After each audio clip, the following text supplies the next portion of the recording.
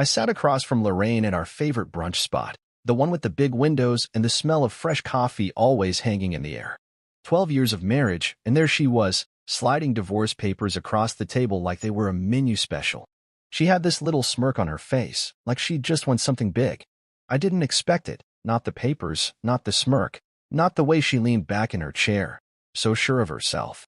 She'd always been cunning, sure, but this was a new level, even for her. The sunlight caught her blonde hair as she sipped her mimosa, acting like nothing was wrong. Next to her sat Carter, her new guy, all muscles and a shiny watch he kept tilting so everyone could see it. He grinned at me, like he was in on some joke I didn't get yet. The papers sat there between us, crisp and white, a neat little stack that spelled out the end. I didn't pick them up right away. I just stared at them, then at her, trying to figure out when she'd turned into this person.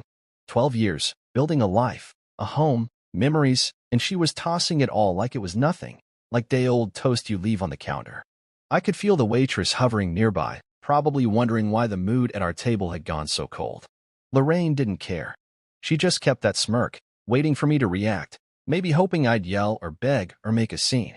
But I didn't. I wasn't going to give her that. "You're really doing this here?" I asked, keeping my voice low steady.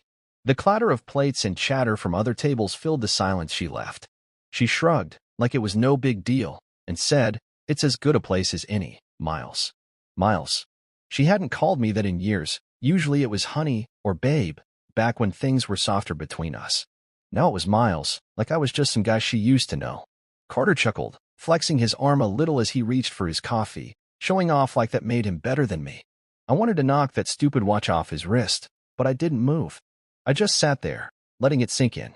The papers had her signature already, bold and loopy, the way she always signed things. She'd planned this, probably for weeks, maybe months. I thought about the last few years, how she'd started staying out later, how she'd stopped asking about my day, how she'd roll her eyes when I talked about work.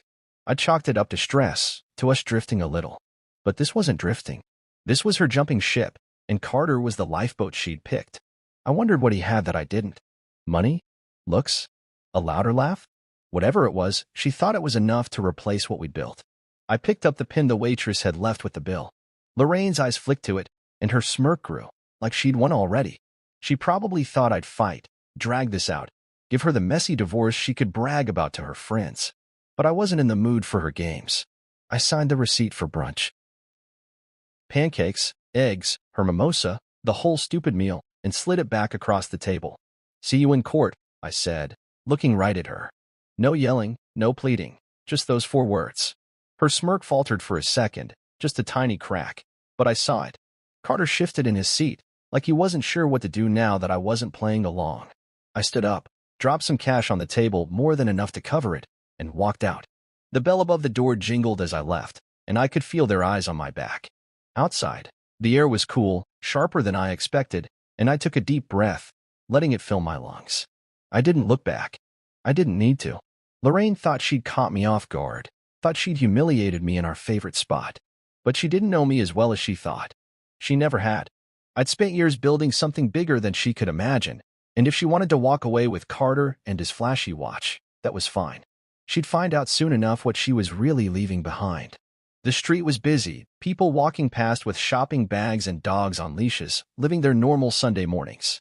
I shoved my hands in my pockets and started toward my car, the divorce papers still sitting on that table in my mind. I wasn't mad, not yet. I was just awake. For the first time in a long time, I felt awake. Lorraine thought this was her move, her big play. But she didn't know the board we were playing on. Not yet.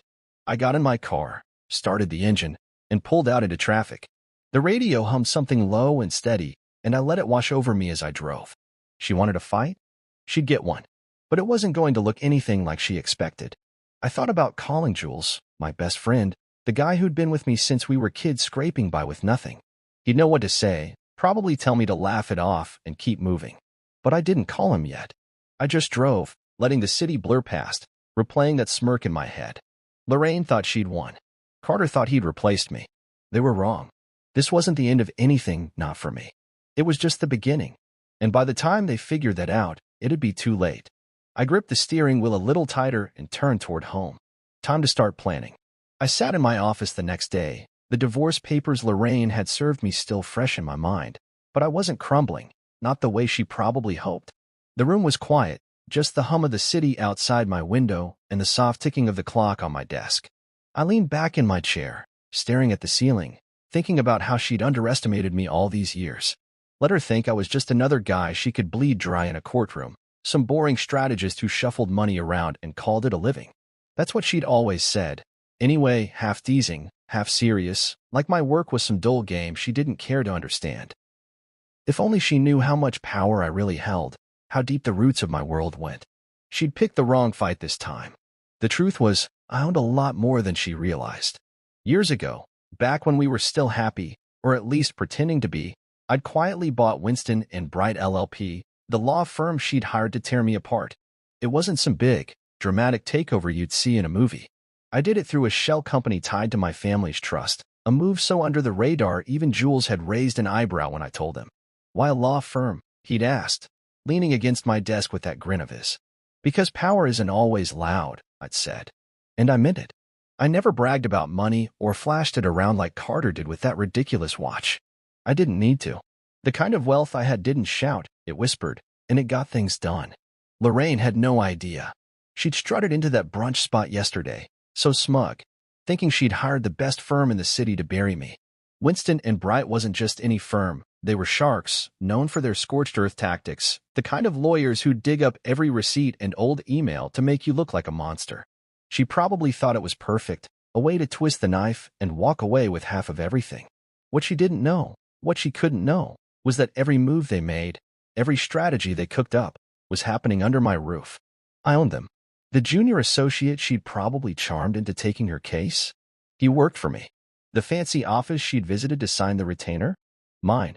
It was almost funny if it didn't sting so much. I picked up the phone and dialed Jules. He answered on the second ring, his voice easy like always. Hey, man, you holding up after yesterday? He asked. I could hear the clink of a coffee mug in the background. He was probably at his place, feet up, already digging into the day. Yeah, I said, keeping it simple. She hired Winston and Bright. There was a pause, then a low whistle. No kidding? You're firm. I could hear the grin in his voice now, and it made me smile despite everything. Yep, my firm. He laughed, short and sharp. She's got no clue, does she? I leaned forward, resting my elbows on the desk. Not yet, but she will. We talked for a while, tossing ideas back and forth. Jules was my COO, the guy who kept the gears turning at the holding company I'd built from nothing.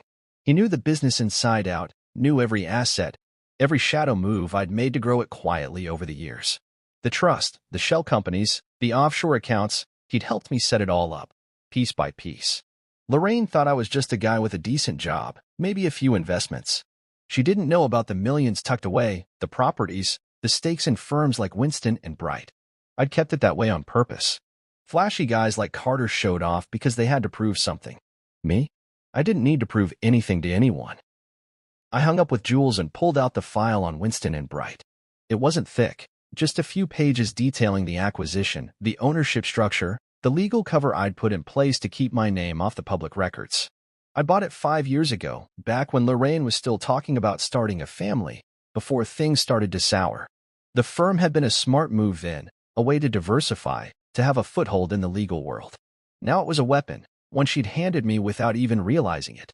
I flipped through the pages, my fingers brushing the edges, and felt a strange calm settle over me. She wanted to play dirty? Fine. I'd play smarter.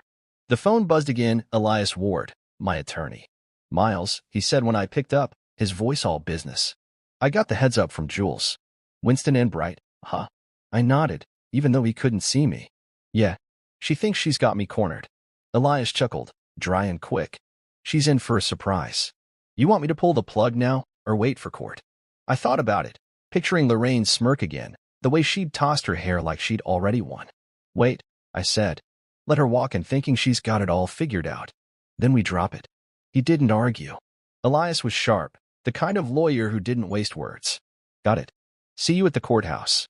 I hung up and leaned back again, the city skyline stretching out beyond the glass. Lorraine thought this divorce was her chance to take me down, to walk away with everything I'd built. She didn't know the half of it, literally. The money she thought she'd get her hands on? That was just the surface, the stuff I let her see. The real wealth, the real power, was locked away where she'd never find it. And Winston and Bright? That was just the start. I closed the file, slid it back into the drawer, and locked it. Let her come at me with her lawyers and her new boyfriend. Let her think she was in control. I'd been building this empire for years, quiet and steady, and I wasn't about to let her, or anyone, tear it down. I woke up on court day with the kind of calm you feel before a storm hits, quiet, heavy, like the air knows something's coming. The divorce hearing was in a few hours, and I could already picture Lorraine strutting in, all polished and ready to take me apart. I got out of bed, the hardwood floor cold under my feet, and went through the motions. Shower, coffee, suit. Nothing fancy, just a charcoal jacket and pants, the kind I'd worn 100 times to meetings. I didn't need to show off, not today, not ever. This wasn't about looking good. It was about being ready. I stood in front of the mirror, adjusting my tie, and thought about how she'd probably spend hours picking her outfit, something sharp and expensive to match Carter's flashy style. That was her game. Mine was different. I grabbed my keys and headed out, the morning sun just starting to cut through the haze over the city. Jules was waiting for me at the courthouse. He'd texted earlier, saying he'd meet me there, no questions asked. That's how he was, always there when it mattered, no fuss. I drove in silence, no radio, just my thoughts bouncing around. I wasn't nervous, not exactly. I'd been in tough spots before, built my whole life from nothing, and this wasn't going to break me. Lorraine thought she had the upper hand with her fancy lawyers and her new boyfriend hanging off her arm like some trophy. She didn't know what I had waiting for her.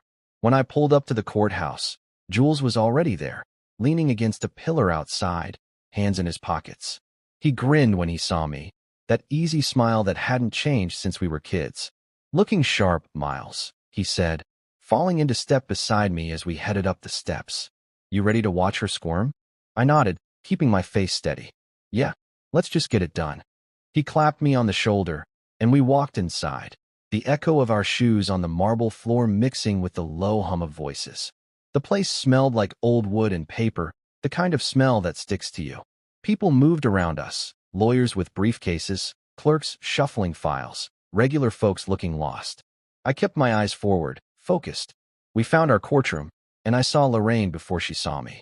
She was standing near the front, wearing a sleek black power suit that probably cost more than my car payment. Carter was next to her, all broad shoulders and a grin that said he thought he'd already won. He had his arm around her waist, possessive, like she was his prize.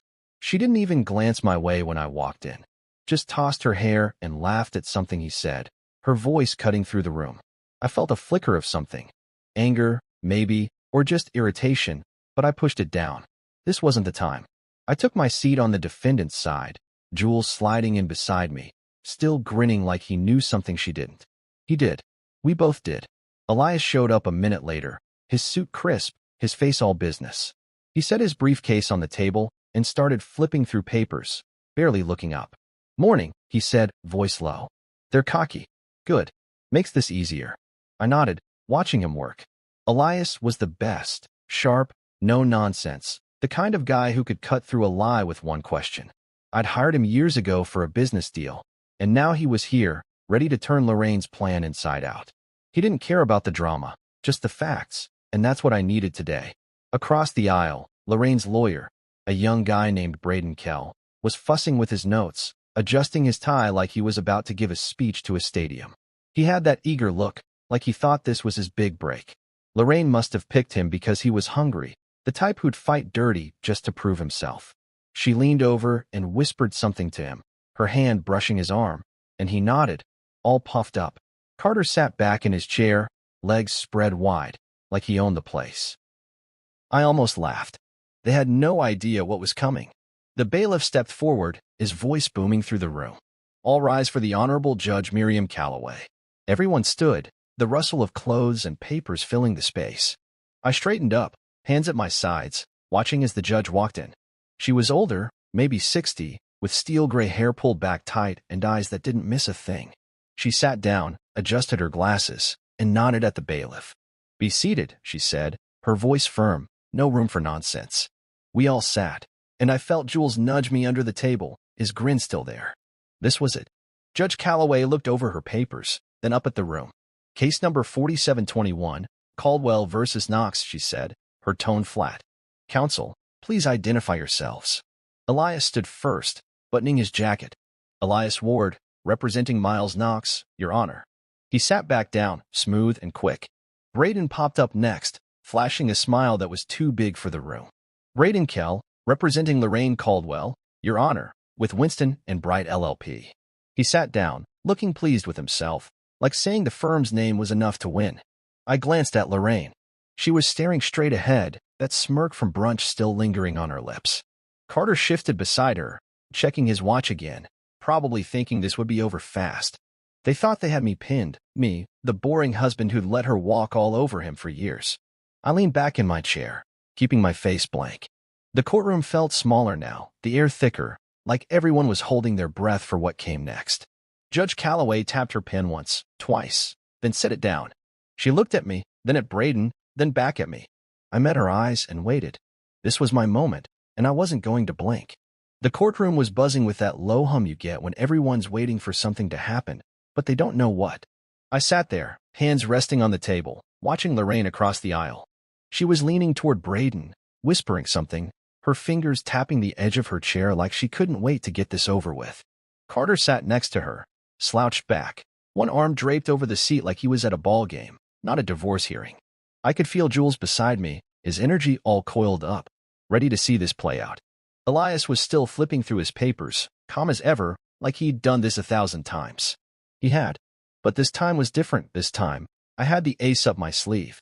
Braden stood up, smoothing his jacket, that cocky grin plastered on his face. Your Honor, he started, his voice loud, like he wanted the whole room to hear how sure he was. I'm here today representing Lorraine Caldwell in what we believe is a straightforward case. My client has endured years of emotional neglect from Mr. Knox, a man who prioritized his work over their marriage.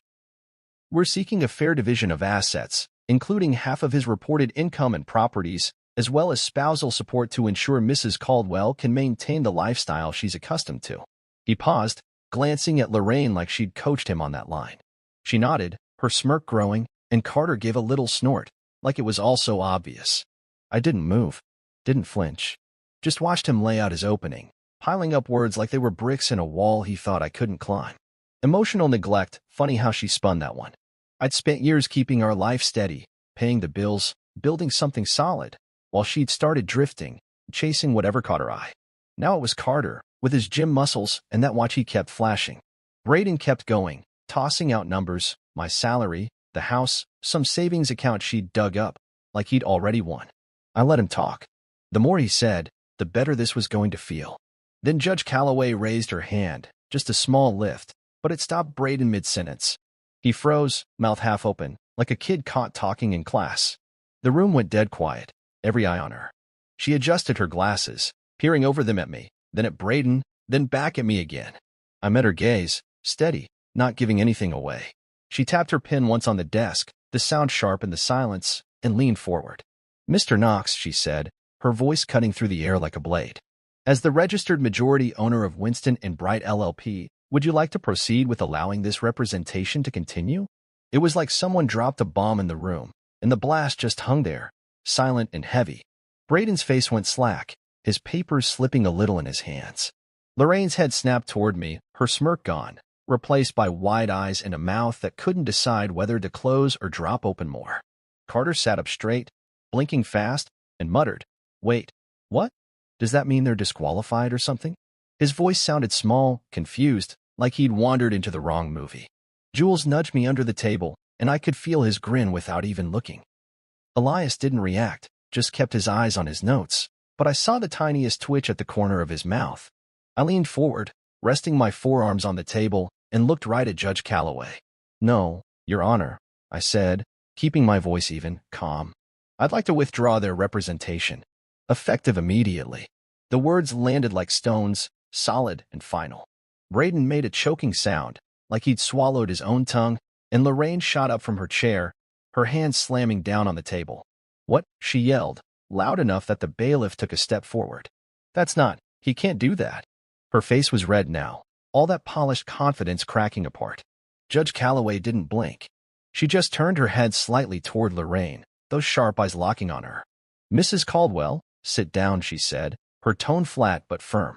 Lorraine hesitated, then dropped back into her seat, glaring at me like she could burn a hole through my skull. Braden was flipping through his notes now, frantic, muttering something under his breath. Carter leaned over to Lorraine, whispering, "What's he talking about?" "He owns them." She didn't answer, just kept staring at me, her chest rising and falling fast. I sat back, letting the moment sink in. I could have told her years ago about Winston and Bright, about how I'd bought it quietly, tucked it into my holdings like a card I didn't need to play yet. But I didn't. I never bragged, never flaunted it. She thought I was just some guy who moved money around, boring and predictable. Now she was finding out the hard way that I'd been playing a bigger game all along. Judge Calloway tapped her pen again, looking at Braden. "Counselor, do you have anything to say?" He stammered, pushing his hair back with a shaky hand. Your Honor, this is highly irregular. I wasn't informed. My firm didn't disclose." She cut him off with a look. "Mr. Kell, your firm's ownership isn't my concern. Mr. Knox has the legal right to terminate representation as the majority stakeholder, provided it aligns with ethical standards. We'll address that shortly. For now, I suggest you sit down." Braden sank into his chair, looking like a kid who just lost his lunch money. The room stayed quiet, everyone waiting for what came next. Lorraine's eyes were still on me, burning with questions she didn't dare ask out loud yet. Carter shifted, uncomfortable, like he was starting to realize he'd picked the wrong team. I didn't smile, didn't gloat, just sat there, letting them stew. This was the moment I'd waited for, the one I'd set up years ago without even knowing it had come to this. She'd walked in thinking she'd destroy me, but I'd already turned her weapon into mine. And we weren't done yet. The courtroom felt like it was holding its breath after Judge Calloway's words settled over us. I sat there, hands folded on the table, watching Lorraine unravel across the aisle. She'd shot up again, ignoring the judge's order to sit, her voice shrill as she pointed at me. "This isn't legal. He's sabotaging me. You can't just let him do this." Her hair was slipping out of its perfect twist, strands falling around her face, and her hands were shaking. Braden grabbed at her arm, trying to pull her back down, his face pale and sweaty. "Lorraine, please," he hissed, but she yanked away, glaring at me like I'd set her whole world on fire. Maybe I had. Carter just sat there, blinking, his big shoulders slumped like he didn't know what to do with himself. "Babe, what's happening?" he mumbled, loud enough for me to hear. She didn't answer, just kept staring at me, her chest heaving, her eyes wild. I didn't move, didn't say a word. I just looked back at her, calm and steady, letting her feel the weight of what she'd walked into. Judge Calloway cleared her throat, sharp and loud, and Lorraine finally dropped back into her seat, but her glare never left me.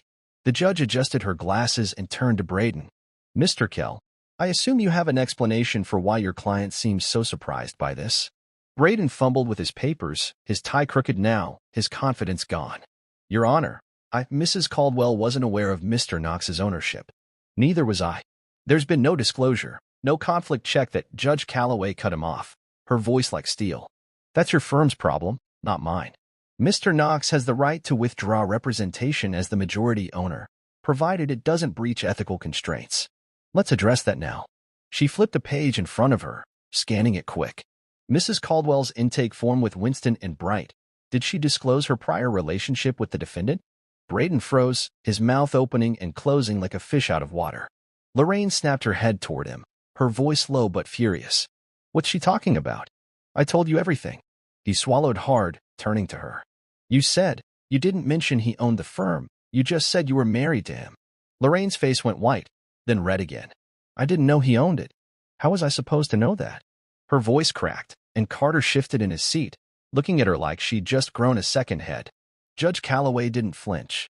She just kept her eyes on Braden. "So she failed to disclose a potential conflict, and your firm failed to identify it. That makes this simple. Representation is disqualified due to the omission on the intake form. Mr. Knox's withdrawal stance." She tapped her pen once, final, like a hammer hitting a nail. Lorraine exploded again, slamming her hands on the table. "I didn't lie. I picked your firm because it was the best, not because of him. He's twisting this. He's cheating." The bailiff took another step forward, but Judge Calloway waved him off, her face hard.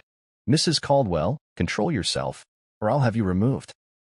I leaned back in my chair, feeling Jules nudge me again, his grin wide now.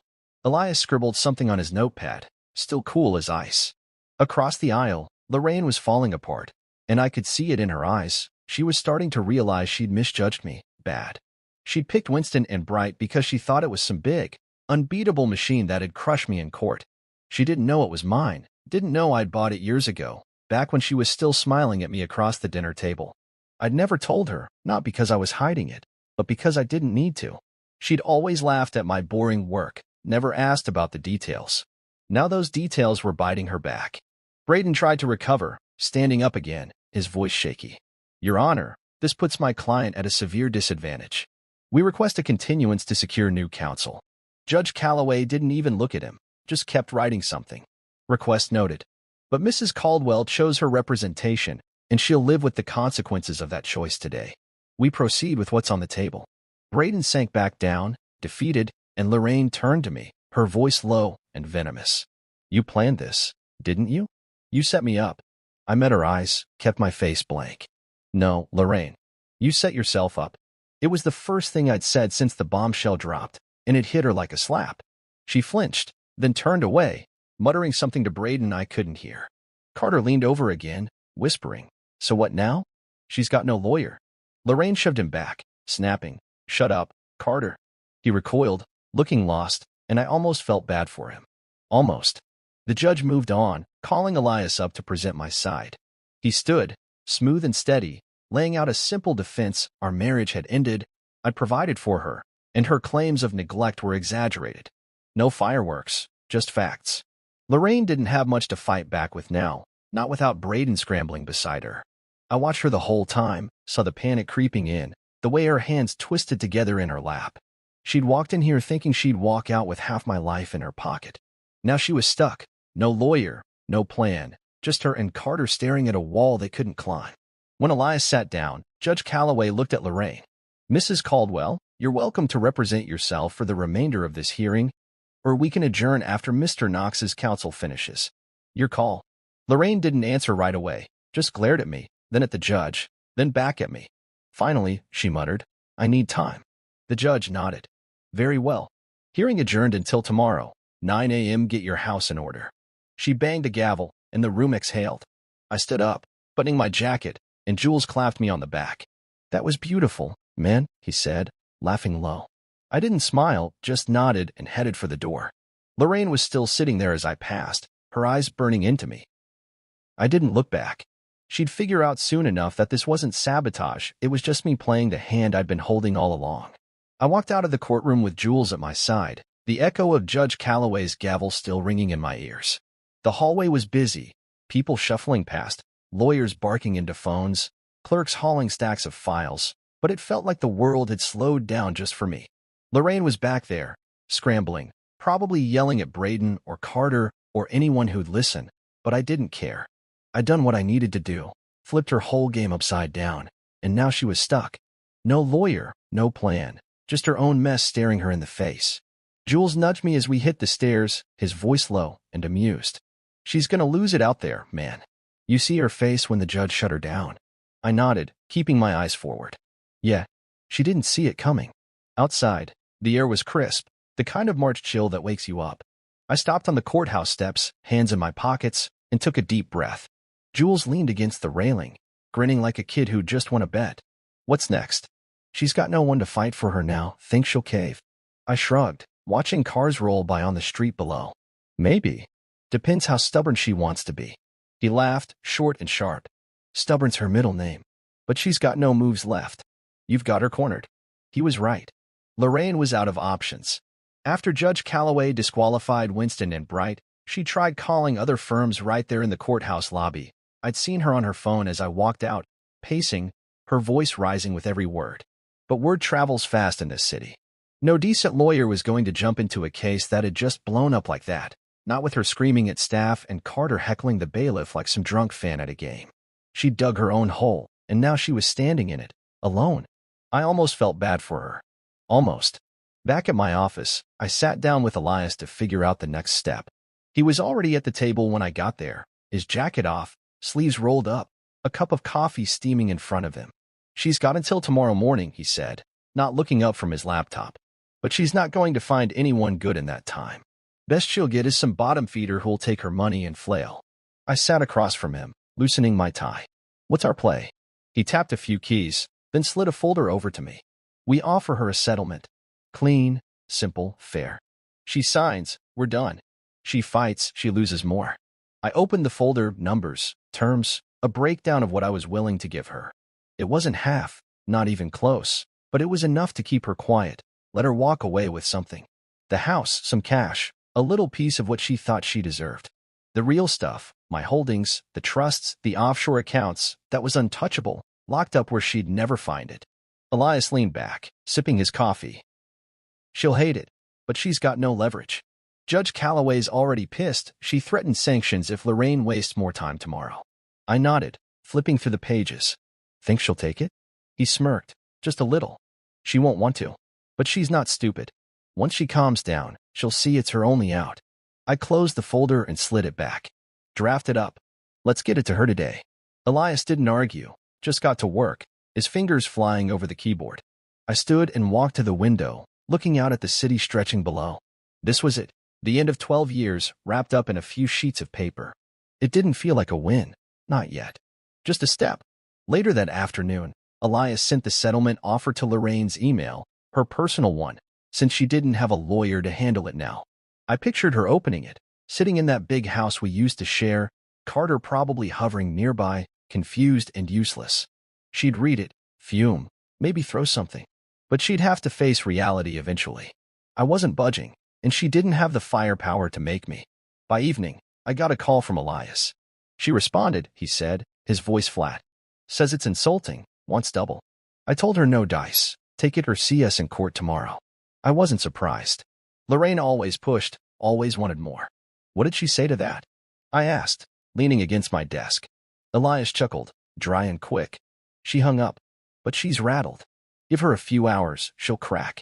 I hung up and poured myself a glass of water, staring at the bubbles rising in it. She could fight all she wanted, but the clock was ticking, and Judge Calloway wasn't playing games. Sanctions meant fines, maybe worse, and Lorraine didn't have the cash to throw around like that, not without me. The next morning, I was back in the courtroom, Jules beside me, Elias at the table. Lorraine walked in late, no lawyer, just Carter trailing behind her like a lost puppy. She looked tired, dark circles under her eyes, her suit wrinkled, like she hadn't slept. Judge Calloway didn't waste time. Mrs. Caldwell, I assume you're representing yourself? Lorraine nodded, her jaw tight. Yes, Your Honor. The judge raised an eyebrow. Very well. Mr. Ward, proceed. Elias stood, laying out the settlement offer again, calm and clear. Lorraine tried to interrupt, rambling about how I'd tricked her, how it wasn't fair, but Calloway shut her down fast. Enough, she said, her voice like a whip. You've had time to prepare. This isn't a soap opera. Accept the offer, or we move forward, and I'll be adding sanctions for delaying my docket. Lorraine went quiet, her hands clenched, and I saw the fight drain out of her. She signed the papers, her pen scratching hard against the page, her face bitter and furious. Carter walked out before she did, not even waiting. I watched her go, the door swinging shut behind her. It was over. She'd lost, and she knew it. I didn't feel like cheering. Just stood there, letting it sink in. She'd come at me with everything she had, and I'd turned it all back on her. Now she was gone, and I was still standing. I left the courthouse that morning with the settlement signed and Lorraine out of my life for good. The air outside felt lighter, like the weight of the last few months had finally lifted off my shoulders. Jules walked beside me, hands in his pockets, whistling some tune I didn't recognize. You did it, man, he said, glancing at me with that grin of his. She's gone, and you're still standing. How's it feel? I shrugged, stepping down onto the sidewalk. Doesn't feel like much yet. Just done. He nodded, like he got it, and we headed to my car in silence. The city hummed around us, horns honking, people rushing by, but I was in my own head, replaying the last few days, the look on Lorraine's face when she signed those papers, bitter and beaten. Back at my office, I shut the door and sat at my desk, the quiet wrapping around me like a blanket. The case file was still there, a thick stack of papers Elias had left behind. I pulled it over and flipped it open, not sure why, just needing to see it one last time. Lorraine had tried everything, dug up old text messages where I'd said I'd be late from work, bank records from accounts she thought were the whole story, anything she could twist into emotional neglect. I read through a few, dry, short messages about meetings and deadlines, stuff she'd ignored back then but now tried to use against me. It was almost funny how desperate she'd gotten, but it didn't matter. Those were just the decoys, the surface stuff I let her see. The real assets, the millions, the properties, the stakes in firms like Winston and Bright were buried deep, locked in blind trust with Jules running the show. She never had a chance. I closed the file and leaned back, staring out the window at the skyline. The sun was dipping low now, painting the buildings gold and orange. I thought about how she'd walked in with Carter, so sure she'd take me down, and walked out alone, her boyfriend bailing the second it got hard. That's who she'd picked over me, some guy who couldn't even stick around when the going got tough. I didn't feel angry, though. Not anymore. I just felt free. Like I'd been carrying something heavy for years and finally set it down. Lorraine thought she knew me, thought I was just a boring guy who'd let her walk away with everything. She didn't know half of it, and now she never would. My phone buzzed on the desk, pulling me out of my thoughts. A text from Lorraine. Just one line. How long have you owned them? I stared at it, the words glowing on the screen, her voice practically jumping out of them. She meant Winston and Bright, of course. She was still reeling, still trying to figure out how I'd pulled it off. I could have answered. Told her I'd bought it 5 years ago, back when she was still pretending we had a future, back when I was building something bigger than she could imagine. But I didn't. I set the phone down, face up, and let it sit there, unanswered. She didn't deserve an explanation. She'd made her choices, and I'd made mine. I got up and poured myself a glass of water from the pitcher on the shelf, the coolness of it steadying me. The office was empty now. Jules had gone home. Elias was off doing whatever lawyers do after a win. It was just me and the hum of the building, the faint sounds of traffic filtering out from the street. I walked back to the window, glass in hand, and thought about what came next. This wasn't a victory lap. I didn't need to gloat or throw a party. That wasn't me. Lorraine had come at me with everything she had, and I'd turned it back on her without breaking a sweat. That was enough. I sipped the water, letting it roll down my throat, and remembered the early days with her, back when we were young, broke, figuring it out. She'd been different then, softer, laughing at my dumb jokes, curling up next to me on that ratty couch we'd found on the curb. Somewhere along the way, she'd changed, or maybe I just stopped seeing her clearly. Either way, it was over now. The divorce was final, the settlement locked in, and she was out of my life. I didn't need to look back, didn't need to wonder what could have been. I'd built something solid, something mine, and she couldn't touch it. The phone buzzed again, another message from her. I didn't check it, just turned it face down and left it there. Whatever she had to say, it didn't matter anymore. I finished the water and set the glass on the desk, then grabbed my jacket. The day was done, and I was ready to go home, not to the house we'd shared, but to the apartment I'd moved into a few months back, small and simple, just mine. I locked the office door behind me and took the elevator down, the soft ding of each floor marking the end of something. Out on the street, the air was cooler now, the city settling into night. I walked to my car, hands in my pockets, feeling lighter than I had in months. Lorraine's question echoed in my head. How long have you owned them? But I pushed it away. She'd find out eventually, maybe dig around and piece it together, but by then it'd be too late. I'd already moved on. The engine purred when I started the car, and I pulled out into traffic, the lights blurring past. This wasn't the end of my story, just the end of hers in it. And that was fine by me. I woke up the next morning in my new apartment, the sunlight slipping through the blinds and hitting the bare walls. It wasn't much, just a one-bedroom place with a small kitchen and a view of the street, but it was mine, and that felt good. No trace of Lorraine here, no echoes of her voice or her stuff cluttering up the space. I got out of bed, the floor cool under my feet, and made coffee, the machine gurgling as I stood there in sweatpants and a t-shirt. The divorce was done, the papers signed, and now it was just me. I didn't feel like celebrating, not the way Jules probably expected, with drinks and loud laughs. That wasn't my style. I just wanted to keep moving, keep building. I took my coffee to the table, a little wooden thing I'd picked up cheap, and sat down, staring out the window. The city was waking up, cars rolling by, people heading to work. I thought about the last few days, the courtroom, Lorraine's meltdown, the way she'd signed that settlement with her jaw tight and her eyes spitting fire. She'd lost, and I'd walked away whole. But it didn't feel like a big win, not yet. It was more like a door closing, quiet and final, leaving me on this side with a clean slate. I sipped the coffee, strong and black, and let that sink in. A clean slate. I could do anything now. By noon,